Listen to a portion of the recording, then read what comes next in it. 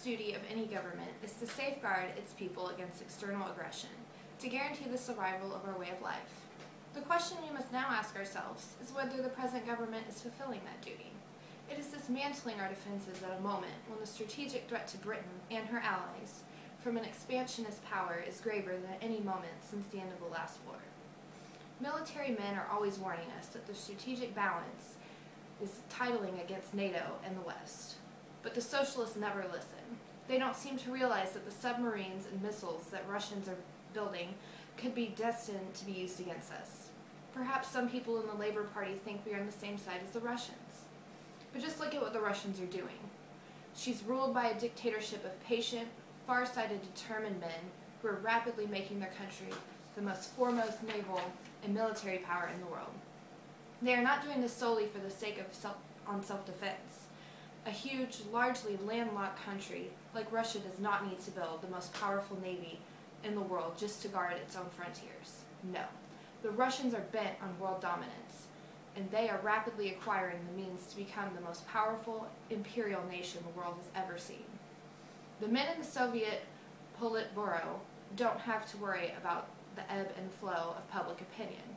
They put guns before butter, while we put just about everything before guns.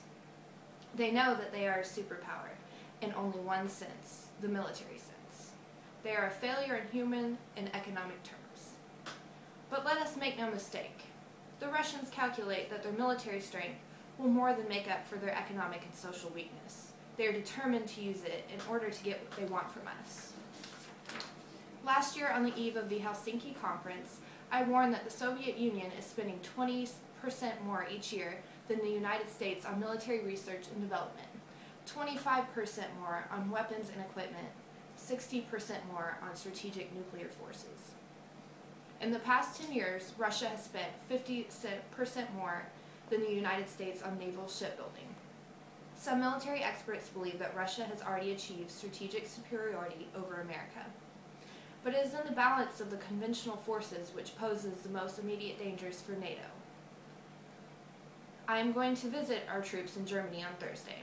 I am going at a moment when the Warsaw Pact forces, that is, the forces of Russia and her allies, in Central Europe outnumber NATO's by 150,000 men, nearly 10,000 tanks, and 2,600 aircraft. We cannot afford to let the gap get bigger.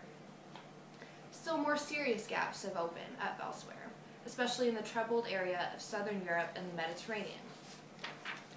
The rise of Russia as a world naval power threatens our oil rigs and our traditional lifelines, the sea routes. Over the past 10 years, the Russians have quadrupled their force of nuclear submarines. They are now building one nuclear submarine a month.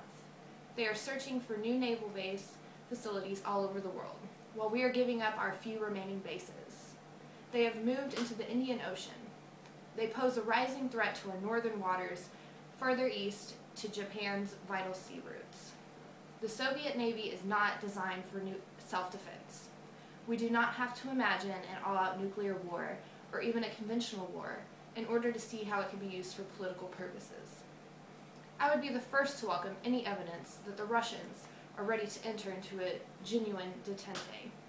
But I am afraid that the evidence points the other way. I warned before Helsinki of the dangers of the following for an illusionary detente. Some people were skeptical at the time, but we now see the warning was fully justified.